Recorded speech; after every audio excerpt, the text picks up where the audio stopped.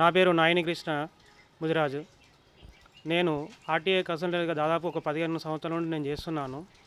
హరీష్ అన్న ఆధ్వర్యంలో నియోజకవర్గంలో ప్రతి 18 సంవత్సరాలు నిండిన అమ్మాయి అబ్బాయికి 18 సంవత్సరాలు దాటిన వాళ్ళు కూడా లైసెన్స్ లేని వాళ్ళకు కూడా సొంతంగా హరీష్ అన్న సొంత డబ్బులతో సొంత నిధులతో వాళ్ళకు లర్నింగ్ లైసెన్స్లు ఊరూర వార్డుల ప్రతి ఒక్క గ్రామంలో ప్రతి ఒక్క పట్టణంలో నియోజకవర్గంలో ప్రతి పట్టణంలో కూడా లర్నింగ్లు ఇప్పించి లైసెన్స్లు ఇప్పించి వాటిని కూడా ప్రతి ఒక్క యువతకు లైసెన్స్ లేని వాళ్ళకు కూడా ఆర్థికంగా ఇబ్బంది అవుతున్న ఉద్దేశంతో హరీష్ అన్న మంచి మనసుతో వీళ్ళకు లైసెన్స్ లేక చాలా ఇబ్బంది అవుతుంది, యాక్సిడెంట్లు అవుతున్నాయి, యాక్సిడెంట్లు అయితే కూడా వీళ్ళకి రకరకాలుగా ఇబ్బంది అవుతుంది.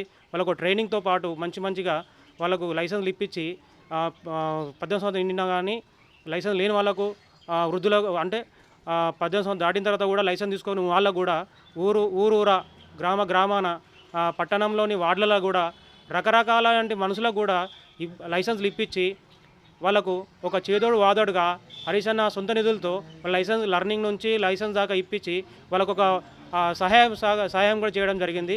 ఇక్కడ స్టార్ట్ అయిన లైసెన్స్ల ఉద్యమము తెలంగాణ ఉద్యమము పాకిందంటే అర్థం చేసుకోవచ్చు. తెలంగాణలోని ప్రతి పల్లె గ్రామాన ఊరూర పట్టణంలో కూడా హరీష్ అన్నను ఆదర్శంగా తీసుకొని లైసెన్స్లు జారీ చేసే ప్రక్రియను వాళ్ళు ప్రారంభించడం జరిగింది. ఇదంతా కూడా ఇది ఒక హరీష్ అన్న మంచి మనసుకు ఇది ఒక చిన్న తునక మాత్రమే. ఇలాంటివి కూడా హరీష్ అన్న చాలా మంచి కార్యక్రమాలు చేశాడు. సిద్దిపేటలో ఇప్పటి వరకు సిద్దిపేటను స్మార్ట్ సిటీగా దాదాపు ఒక 5 సార్లు కూడా అవార్డు కూడా సెంట్రల్ గవర్నమెంట్ మాకు ప్రకటించిందంటే అర్థం చేసుకోవచ్చు. Clean and green city south ఇండియాలో నెంబర్ వన్ పొజిషన్లో మన సిద్దిపేట ఉన్నది. అంటే హరీష్ అన్న కృషి ఎంత ఉందో మీరు అర్థం చేసుకోవచ్చు. దయచేసి మన యొక్క లైసెన్సు పొందిన ప్రతి ఒక్కరు కూడా హరీష్ అన్న చేసినటువంటి మంచి పనులను గుర్తించి వెంకటరామరెడ్డి గారికి 1,00,000 మెజారిటీతో మెదక్ పార్లమెంట్ నియోజకవర్గాన్ని నుంచి 1,00,000 మెజారిటీతో హరీష్ అన్నకు కానుక ఇవ్వాలని కోరుకుంటున్నాను.